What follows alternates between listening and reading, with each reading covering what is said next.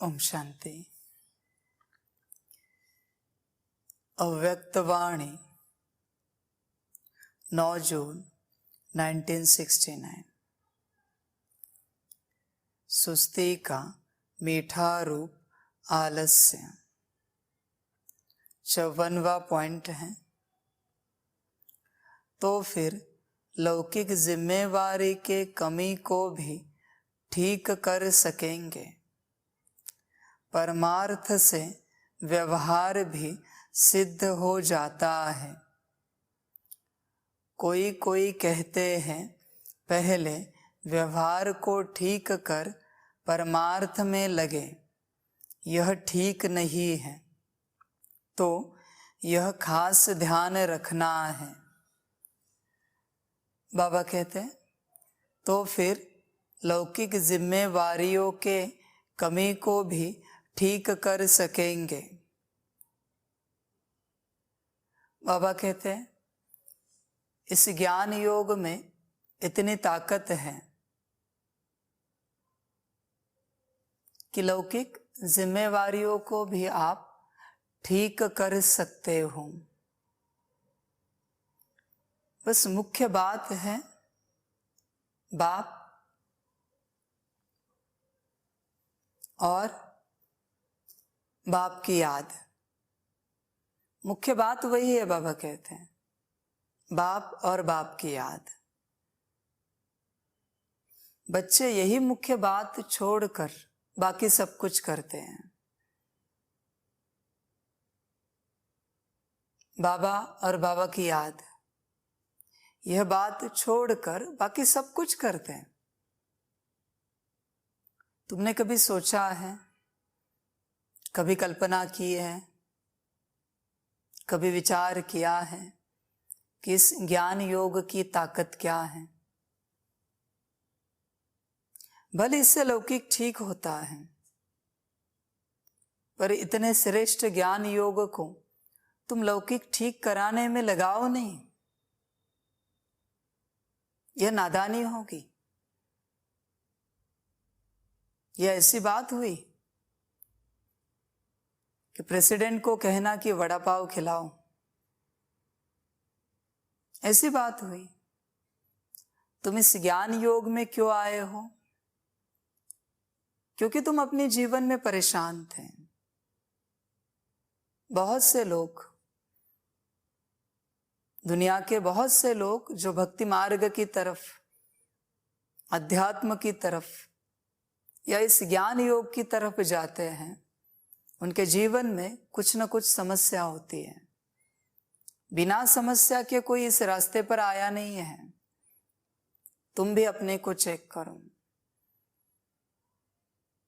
तुम समस्या के इंटेंशन से इस रास्ते पर आए हो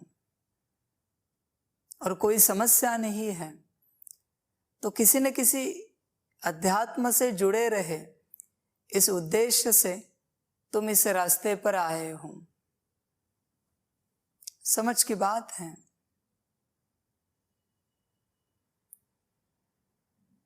तुमने कोई अध्यात्म का रास्ता परमात्मा को पाने के लिए चुना नहीं है, मजबूरी में चुना है। तुम्हारा भाव मजबूरी है रास्ते पर चलने का, और प्राप्ति क्या चाहते हो? परमात्मा। भाव को चेक करो। इस रास्ते पर आने वाले हर किसी को यही कहना कि लौकिक में कोई उन्नति नहीं होती, यहां आने के बाद अलौकिक और पारलौकिक पूरी उन्नति होती है। उसे समझाना तुमने तो गलती की है कि लौकिक ठीक करने के लिए तुम इस रास्ते पर आए हो, ताकि योग करके कुछ नौकरी धंधा ठीक हो जाए, घर परिवार ठीक हो जाए, सब ठीक ठाक रहे।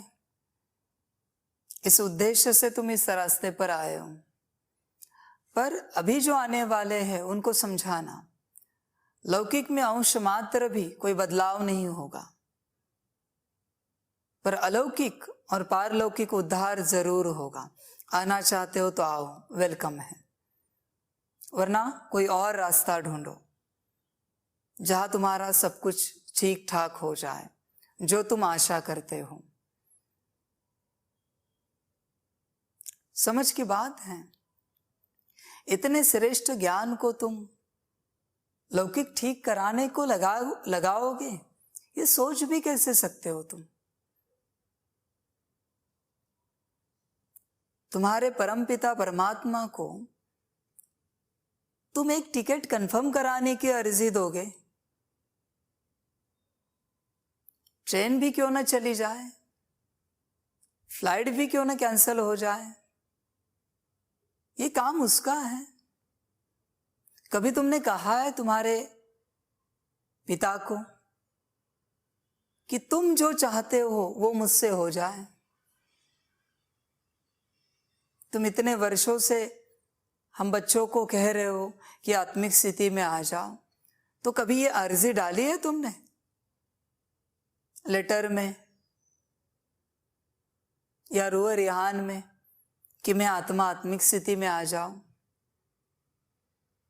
मुझसे 8 घंटे की याद तुम्हारी हो जाए, तुम कराओ? कभी अर्जी डाली है तुमने? ये छोड़ के सब किया है तुमने सब तुम्हारी इच्छाओं की अर्जी डाली है। बाप के शुभ संकल्पों की अर्जी कभी डाली नहीं है, बल्कि तुम्हें यह अच्छे से पता है कि बाप जो ज्ञान दे रहा है वो धारणा धारण करने की पात्रता तुम में नहीं है। आत्मिक स्थिति में आने की कैपेसिटी तुम्हारी नहीं है। बाप को 8 घंटा याद करने की कैपेसिटी तुम्हारी नहीं है। लेकिन क्या तुमने अर्जी डाली है?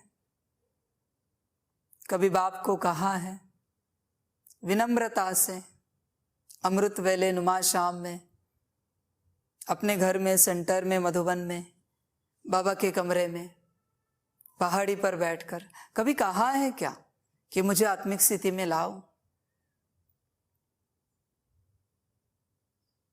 मुझसे 8 घंटा याद कराओ?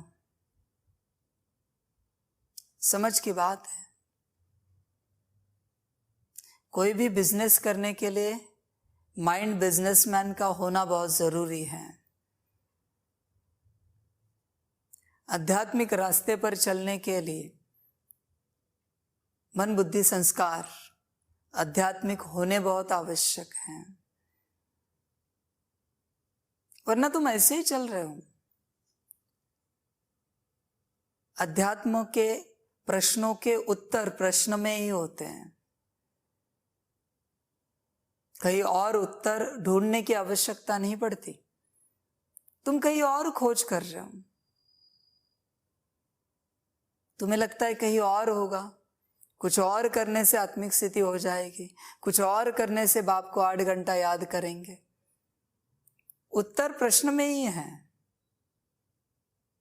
अध्यात्म इतना आसान है, यह ज्ञान योग इतना आसान है कि प्रश्न में ही उत्तर है। बाप ने प्रश्न ही ऐसा दिया है कि उसी में उत्तर छिपा हुआ है। बाप ने ज्ञान ही ऐसा दिया है कि उस ज्ञान में ही सारी धारणाएं हैं।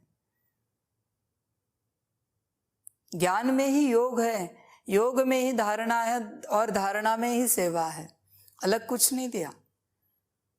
पर बच्चे खोजते नहीं, बच्चों की बुद्धि बाहर भटकती रहती है, सोचते कि कहां से ये करें। यह भी बात जब बाप समझाता है तब आपको समझ में आती है। तब तक आप अपने से अहंकार से करते रहते हो, ये करे या वो करे। समझ की बात है। इसलिए इतने श्रेष्ठ ज्ञान योग को तुम लौकिक के लिए कभी लगाना नहीं, कल्पना भी नहीं करना कि बाप के सामने कोई लौकिक अर्जी डाले। तुम शरीर भी छोड़ो फिर भी अर्जी नहीं डालना, वरना व्यर्थ जाएगा। समझ की बात है। व्यर्थ जाएगा सब कुछ जो तुमने कमा के रखा है तुम्हारे पास। ज्ञानी वही जो ज्ञान लेने के बाद शरीर छोड़ने तक बाप को कोई अर्जी ना डाले, किसी भी प्रकार की, लौकिक अलौकिक भी अर्जी नहीं डालनी है। वो तो रूह रिहान करनी है कि बाबा आपने कहा है आत्मिक स्थिति में आना है, पर हम में तो ताकत नहीं है, तो आप ही कर सकते हो ये सब कुछ। अगर आपको हम पात्र लगे तो आप हमें आत्मिक स्थिति में लाना। ये रूह रिहान हुई, अर्जी नहीं डालनी। अर्जी कौन डालते हैं? मांगने वाले, बेगर। तुम सोचो तुम कौन हो, बाप के बच्चे हो, तो अर्जी डालने की आवश्यकता नहीं, हट करने की आवश्यकता नहीं। कोई कोई बच्चे हट करते बाप के सामने कि बाबा आपने ये कार्य नहीं किया तो 4 दिन खाना नहीं खाएंगे, ये नहीं करेंगे, वो नहीं करेंगे। ये किसी काम के नहीं है बच्चे हैं। फिर तुम लौकिक के लिए हट करो, अलौकिक के लिए हट करो या पारलौकिक के लिए हट करो, आखिर तुम करना क्या चाहते हो? तुम्हारी जिद पूरी करवाना चाहते हो परमात्मा से, बाप से। फिर वो जिद होती है, लौकिक अलौकिक पारलौकिक कोई भी हो, हट होता है। तुम ये नहीं समझो कि शुद्ध के लिए किया तो हट नहीं है, हट ही है। शुद्ध के लिए करो या अशुद्ध के लिए करो, जैसे इच्छा होती है, तुम बस उसे तुम्हारे हिसाब से लोगों को समझाते हो कि यह शुभ इच्छा है, अलौकिक पारलौकिक इच्छा है। ये तुम्हारी चतुराई की बातें हुई। तो बाबा कहते हैं हट मत करो, जिद मत करो। तो मुख्य बात, बाप जो तुम्हें ज्ञान दे रहा है, जो योग बता रहा है, धारणाएं बता रहा है, सेवा बता रहा है, सब कुछ उसी में है। इसलिए इसका नाम सहज राजयोग है। जरा भी मेहनत करनी पड़े तो यह कठिन हो जाएगा, सहज राजयोग नहीं कह सकते। सहज उसे कहा जाता है जो शून्य मेहनत से हो जाए, शून्य मेहनत, उसे सहज कहा जाता है। जहां परिश्रम करने पड़ते वो सहज नहीं है, वो हठ है, हठ योग हुआ। वो समझ की बात है। इसलिए किसी भी लौकिक अलौकिक पारलौकिक की अर्जी यहां नहीं डालो। और सबसे बड़ी बात, इस ज्ञान योग में तुम्हारी कोई लौकिक बात ठीक नहीं होगी, वही होगा जो ड्रामा में नूंद है। तो लौकिक बात की आशा से अगर तुम जुड़े हो तो छोड़ दो, रास्ता बदल दो, ये कभी पूरी नहीं होगी और रहना भी नहीं चाहिए तुम्हें इस रास्ते पर। दुनिया में बहुत गुरु है, तंत्र मंत्र से, सिद्धियों से तुम्हारा सब कुछ ठीक कर देंगे, उनके पास जाओ। समय क्यों व्यर्थ गवा रहे हो? तुम लौकिक की आशा से आए हो और नौकरी धंधे के लिए रोज अमृत वेला कर रहे हो, नुमा शाम कर रहे हो, 4-4 घंटे योग कर रहे हो, 10-10 बार मुरली पढ़ रहे हो, तो तुम भटक रहे हो। इतना श्रेष्ठ ज्ञान तुम इसके लिए लगा रहे हो? इससे अच्छा बाहर जाओ, कितने सारे गुरु हैं, विभूति दे देंगे, राग दे देंगे और अनुभूति हो जाएगी, नौकरी धंधा ठीक हो जाएगा, घर गृहस्थ परिवार ठीक हो जाएगा। समझ की बात है। जो अपने को पाना चाहता है वो ही यहां आए। अभी तक परमात्मा को पाने की भी बात नहीं हो रही, अपने को पाने की बात है सिर्फ। जो अपने को पाना चाहता है वही इस रास्ते चले। अपने को पाने के बाद परमात्मा मिलना है, वो बात छोड़ दो। यह ज्ञान, यह योग सिर्फ अपने को पाना सिखाता है, अपने में आना सिखाता है। समझ की बात है। इसलिए इतने श्रेष्ठ ज्ञान योग को लौकिक के कार्य के लिए लगाओ नहीं, बोझा बैठ जाएगा। इस शब्द को ध्यान में रखना, बोझा बैठ जाएगा। बहुत बच्चों को आदत लग चुकी है कि ये हुआ तो सकाश दो, वो नहीं हो रहा है तो सकाश दो। क्या बाप ने तुम्हें इसी कार्य के लिए चुना है कि इस उसके लिए सकाश दो, नौकरी धंधे के लिए सकाश दो? कोई बीमार है, हॉस्पिटल में एडमिट है तो सकाश दो। क्या सकाश इसी कार्य के लिए दिया है बाप ने तुम्हें? समझ की बात है बच्चों के लिए। तुम्हारे सकाश देने से उसका ड्रामा बदलेगा नहीं।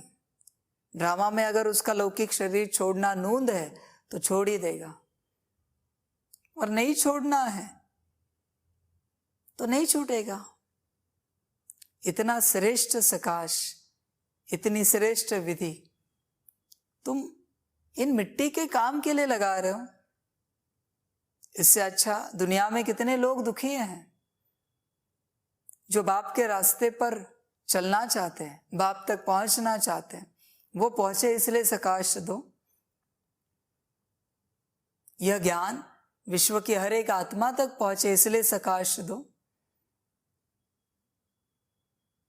हर आत्मा सुखी हो जाए उसके लिए सकाश दो। समझ की बात है, समझ की बात है।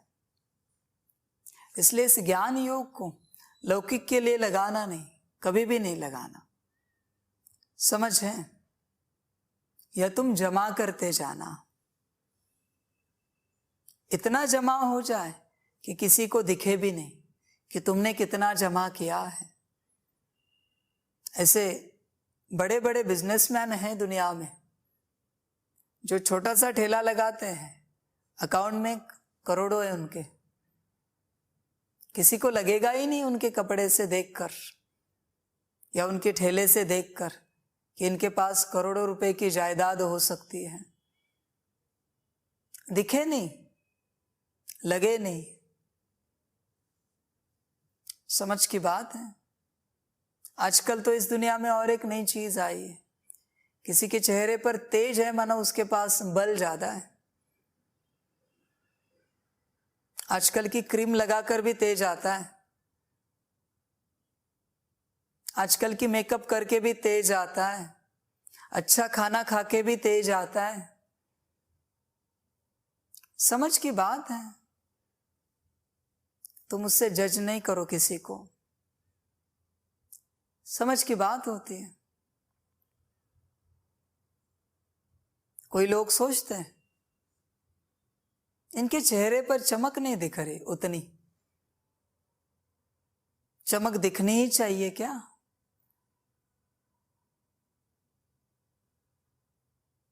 दुनियावी उदाहरण के रूप से अष्टावक्र जी के चेहरे पर कौन सी चमक थी? पर बल था ना। समझ की बात है। इसलिए जमा करते जाओ। तुम दुनिया के चक्कर में फंसो नहीं। एक एक सेकंड बाप की याद का बल जमा करते जाओ। दुनिया तुम्हारे काम नहीं आएगी, तुम्हारा बल ही तुम्हारे काम आएगा। इस बात को ध्यान में रखना, बाप भी तुम्हारे काम नहीं आएगा। बाप ने तो कह दिया है, अंत में मैं बिल्कुल कोई मदद नहीं करूंगा, मैं बस खड़ा रहूंगा, मेरा पार्ट पूरा हो जाएगा। जो कुछ करना है तुम्हें करना है, इसलिए बल जमा करो। अभी समय है पढ़ाई का, बल जमा करो। इतने श्रेष्ठ ज्ञान को, योग को लौकिक के लिए कभी नहीं लगाओ। क्या संतों ने लगाया? समझ की बात है। क्या ब्रह्मा बाबा ने लगाया लौकिक के लिए? क्या मम्मा ने लगाया? क्या जगदीश भाई जी ने लगाया लौकिक के लिए? समझ की बात है। क्या दादियों ने लगाया लौकिक बातों के लिए इतनी श्रेष्ठ शक्ति को? समझ है बच्चों के लिए, समझ कर चलिए, जमा करके रखिए। तुम जब भी अकाउंट से पैसे निकालना चाहो निकाल सकते हो, अकाउंट तुम्हारा है। जब भी बल खत्म करना है करो। बाबा मेरा ये कार्य नहीं हो रहा है, तुम्हारा ये अकाउंट बाबा खोल देता है, लो बल समाप्त कर लो। बाबा मेरा वो कार्य नहीं हो रहा है, समाप्त करो बल। अर्जी डालना, बाप को कहना, मना अकाउंट से पैसे निकालना और बल को समाप्त करना। ऐसा ना हो जाए कि अंत समय में संकल्प नहीं कट करते हैं, अंत समय में शरीर छोड़ने के बाद पता चले कि 1 रुपया बचा है अकाउंट में। बाप हिसाब देगा तुम्हें, बाप के पास सारा हिसाब है। जैसे बैंक के पास हिसाब रहता है, तुम कार्ड कहाँ भी खर्च करो, बैंक के पास हिसाब रहता है कि तुमने कहा कितने पैसे निकाले। फिर तुम्हारा कार्ड तुमने खर्च किया या किसी और ने खर्च किया, बैंक को कोई लेना देना नहीं, बस कार्ड खर्च हुआ, बैंक से पैसे चले जाएंगे। तुम्हें कोई अर्जी देने आया, मेरे परिवार में दुखी है, ये समस्या है, वो समस्या है, तुम कहते हो रुको हम सकाश देते हैं, दे दो। बाबा ये नहीं कहता कि नहीं दो, वही रोज दुनिया दुखी है, वो नहीं दिखता तुम्हें? हर सेकेंड कितनी आत्माएं दुखी हैं, कितने जीव दुखी है, कितने तत्व परेशान है, माया भी परेशान है, वो नहीं दिखता तुम्हें? दान करने का ही शौक है ना, तो दान लेने वाले कितने खड़े हैं दुनिया में। खर्च मत करो, बाबा कहते हैं। दुनिया के लिए खर्च करोगे तो कई गुना रिटर्न में मिलेगा। किसी एक व्यक्ति के लिए खर्च करोगे, अपने खुद के लिए भी खर्च करोगे तो भी रिटर्न नहीं मिलेगा। ध्यान रखना, सब खर्च हो जाएगा। इसलिए सेवा ही करनी है तो विश्व की करो। देखो तो सही कि बाप के साथ जुड़े हैं तो तुम्हारे लौकिक का होता क्या है। बाप है ना, परमात्मा है ना, देखो तो सही। जिसने सबके घर बसाए हैं, सबके जीवन को ठीक किया है, सबकी व्यवस्था की है। कहते कि चिड़िया को बनाने से पहले दाना बनाया था, तो वो तुम्हारे साथ है ना। चिड़िया ने कहा था क्या कि मेरे लिए पहले दाना बनाओ फिर मुझे बनाओ? तो तुम क्यों कहते हो? वो तुम्हारे साथ है ना, तो देखते हैं ना वो करता क्या है। और ना भी करे तो भी फिक्र नहीं, जमा करते जाओ, खर्च मत करो। बच्चों को आदत बहुत लगी है कि ज्ञान योग को लौकिक में लगाने की, बहुत आदत लगी है। पता नहीं कहां से आदत लगी है। किसी मुरली में बाबा ने कहा है क्या? कहा हो तो रेफरेंस दे दो। समझ की बात है, तुम्हें किसने कहा ये तुम जानो। कभी कभी बच्चे बैठ जाते हैं, कहते कि लौकिक छोड़ो अलौकिक के लिए बैठते हैं कि हम सब मिलके सकाश देते हैं कि सेंटर तैयार हो जाए। सेंटर उसका, चिंता तुम्हें क्यों पड़ी है? ना भी हो, तुम्हें ज्ञान मिला ना, तुम्हें आत्मा समझ के बाप को याद करना, योग करना है ना, तो उसके सेंटर की चिंता तुम्हें क्यों पड़ी है? जो सेंटर चिंता की नींव से बना है, माना जिस सेंटर को बनाने के लिए तुम्हें चिंता पैदा हुई, फिर तुम सकाश देने बैठे, योग करने बैठे, उसके बाद सेंटर बन गया। उस सेंटर में आने वाले हर व्यक्ति को शांति मिल सकती है। फाउंडेशन ही चिंता है, संकल्प रूपी बीज ही चिंता का है। तुम्हें किसने कहा ये सब? कहाँ सुना तुमने ये सारा ज्ञान? सुनाया किसने तुम्हें कि चिंता में संकल्प उठाओ, फिर सकाश देने बैठो, फिर बाप का कार्य हो जाएगा? कहा किसने ये तुम्हें ज्ञान? समझ की बात है। देखिए, जिस कार्य का बीज चिंता है वो कार्य पूरा अशुद्ध है, वो पूरा अशुद्ध है।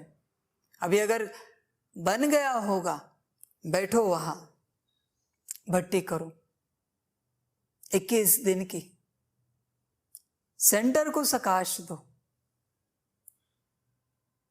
और चिंताओं को समाप्त करो। बहुत बच्चे ज्ञान लेने के लिए वहां आ जाएंगे, बहुत बच्चे आएंगे, बहुतों का उद्धार हो जाएगा वहां से। जिनको ज्ञान लेने आना है, जिनको योग सीखने आना है, वो ऑलरेडी चिंता में है। पर जो इमारत बनी है उसके अंदर चिंता के वाइब्रेशंस है, तो चिंता की ओर कैसे जाएंगे वो? उसे पीसफुल बनाओ, टॉवर ऑफ पीस बनाओ, टॉवर ऑफ ब्लीस बनाओ। देखो कैसे खींचे हुए आ जाएंगे, ब्लेसिंग मिल जाएगी बहुत सारी। भट्टी करने वालों को करनी चाहिए। अब तक तुमने जो जो चिंता से कार्य में लगाया है या जिसको खड़ा किया है चिंता से, वहां कम से कम 21 दिन की भट्टी करो और चिंताओं को समाप्त करो।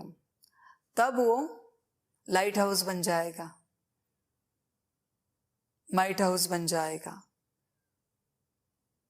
समझ की बात है बच्चों के लिए। कोई भी चीज हो, छोटी से छोटी भी चीज क्यों ना हो, चिंता से, अशुद्ध बीज से कभी कोई सेवा नहीं करनी चाहिए, ध्यान रखना। इसलिए पहले शुद्धता का ज्ञान लो अच्छे से, फिर सेवा के बारे में सोचो। पहले खुद शुद्ध बनो, खुद आत्मिक स्थिति में आ जाओ, बाप की याद पक्की करो। लास्ट टाइम कहा है आपको, कम से कम 8 घंटा जिसकी याद है उसी को सेवा करने का अधिकार है। बाकी सेवा ना करें, बोझा बैठ जाएगा। तुम कल्पना भी नहीं कर सकते, इतना बड़ा बोझा बैठ जाएगा। 8 घंटा याद करो, फिर इस सेवा के बारे में सोचो। तुम यहां कोर्स करके ज्ञान में आए हो, सेवा करने के लिए आए थे क्या?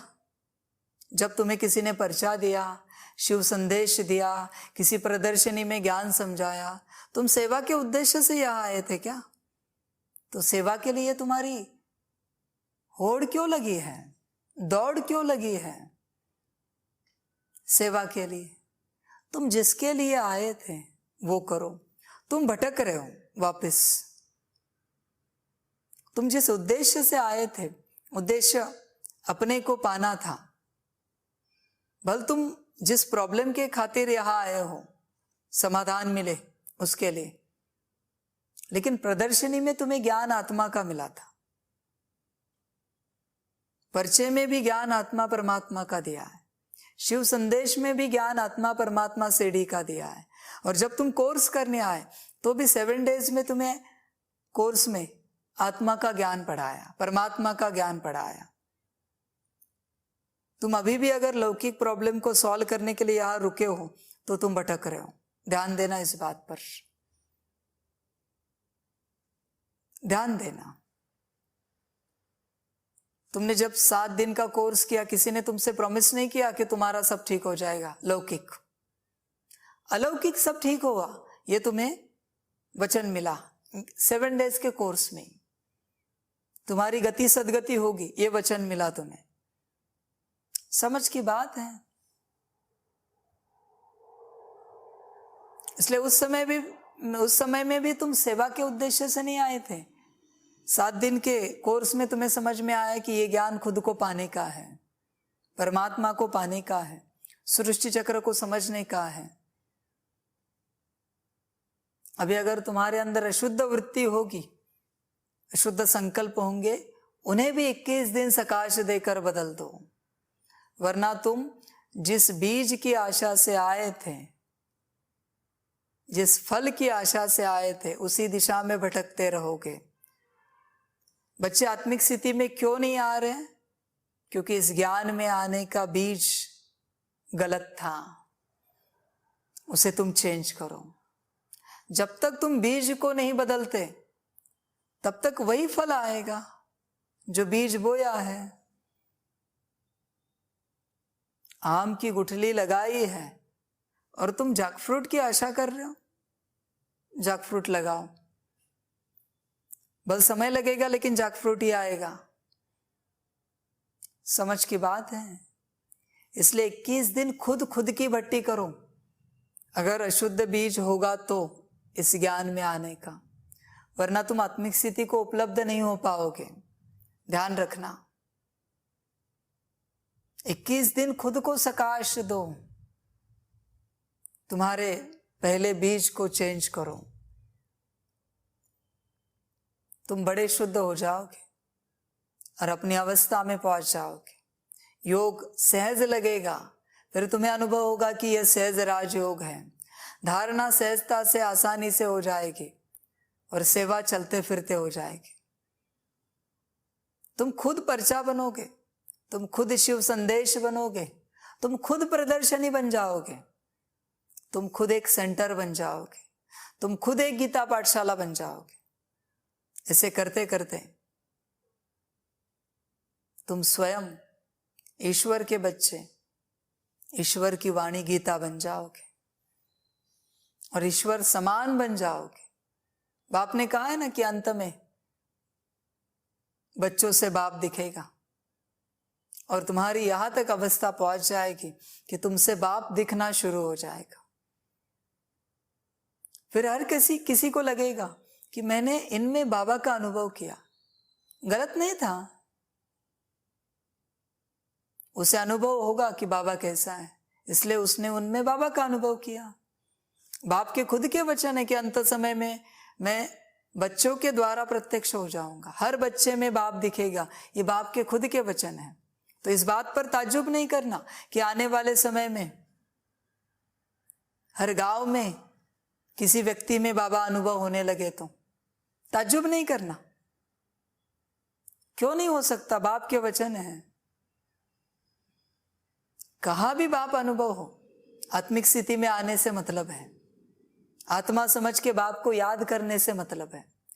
जहां आत्मिक स्थिति का ज्ञान दिया जाता है, जहां आत्मा समझ के बाप को याद करने के लिए कहा जाता है, वहां बाप बैठा है। समझ की बात है।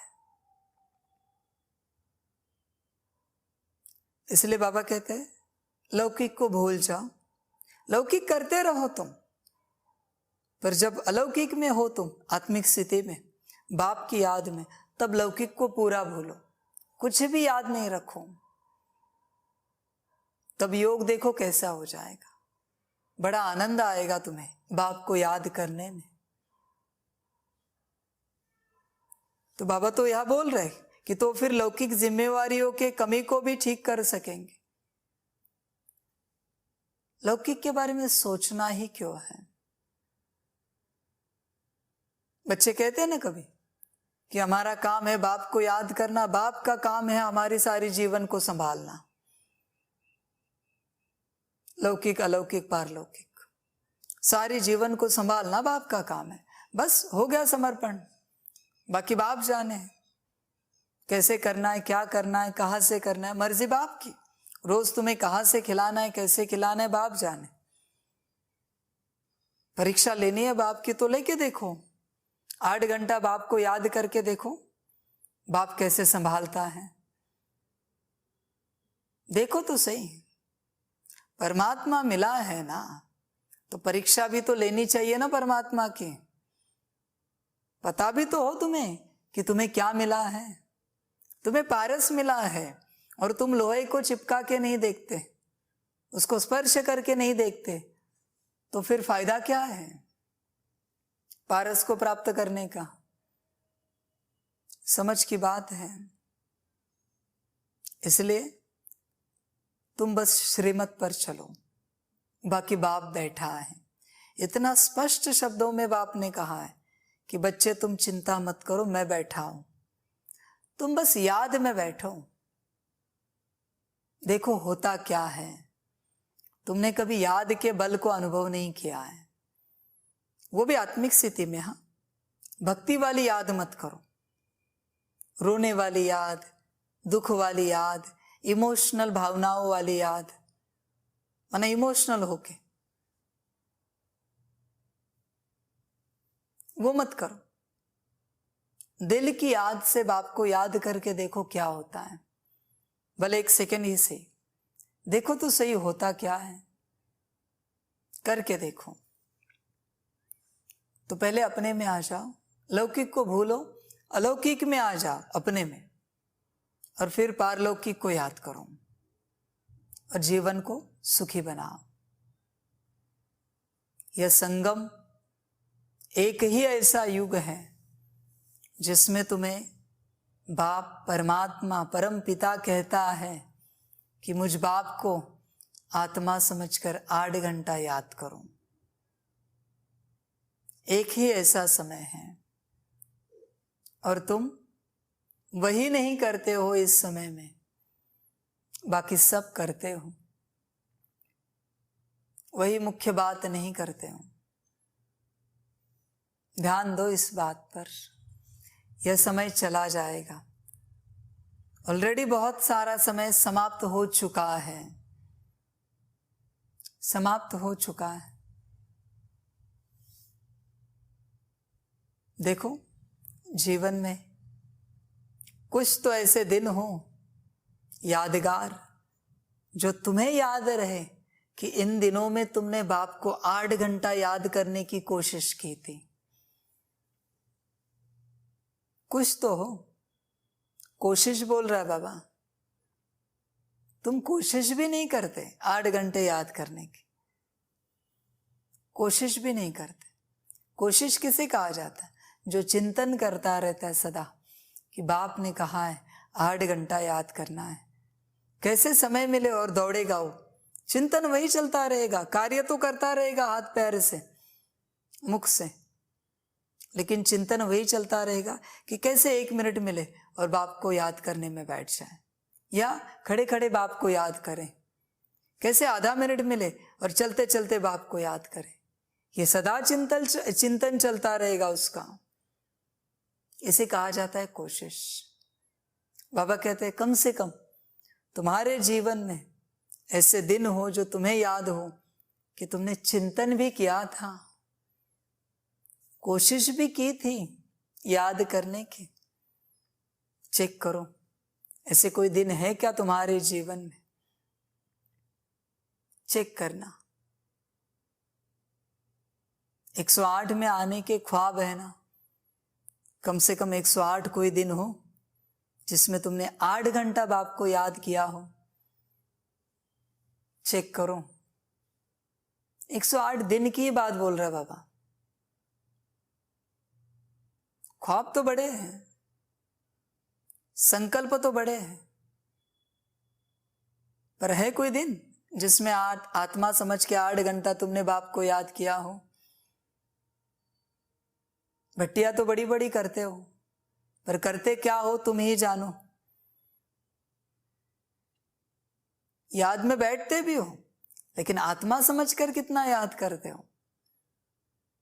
कोई नाम रूप नहीं, देह का कोई भान नहीं। चेक करो, बाबा कहते चेक करो और ठीक करो। ध्यान देना इस बात पर। अच्छा, ओम शांति। सभी बच्चों को बाप की पदम गुणा, याद, प्यार, गुड नाइट और नमस्ते। सदा खुश रहना, मौज में रहना और बाप की श्रीमत पर चलते रहना। बाप की पहली श्रीमत है अपने को आत्मा समझ बाप को याद करना। यह पहली श्रीमत है। चेक करना तुम इस ब्राह्मण जीवन में बाप की श्रीमत पर कितना चले हो। तुम बाकी कुछ मुझे सुनाना नहीं, कि तुमने कितनी धारणाएं की, कितनी सेवाएं की, ये सब मुझे सुनाना नहीं। मेरी पहली श्रीमत है आत्मा समझ के मुझ बाप को 8 घंटा याद करना। मैं यही पूछ रहा हूं, बाकी तो मैं करता हूं तुम्हारे द्वारा। ये तुम्हें करना है, ये तुम्हारा कार्य है। बाकी धारणा भी मैं ही कराता हूं तुम्हें, सेवा भी मैं ही कराता हूं तुम्हारे द्वारा, और कभी कभी मैं करता भी हूं तुम्हारे द्वारा तुम में प्रवेश होके। समझ की बात है। इसलिए मुझे बस इतना सुनाना कि तुम आत्मा समझकर मुझ बाप को 8 घंटा कितना याद करते हो। यह है मेरी पहली श्रीमत, चेक करना, वरना अंत में बहुत बुरा लगेगा, दिल खाएगी कि बाप की श्रीमत पालन नहीं की। ध्यान देना, जो भी समय मिले, चलते फिरते, उठते बैठते, कर्म करते, आत्मा समझ के बाप को याद करना है। ध्यान दो इस बात पर। अच्छा, ओम शांति। सभी बच्चों के लिए टोली स्वीकार हो।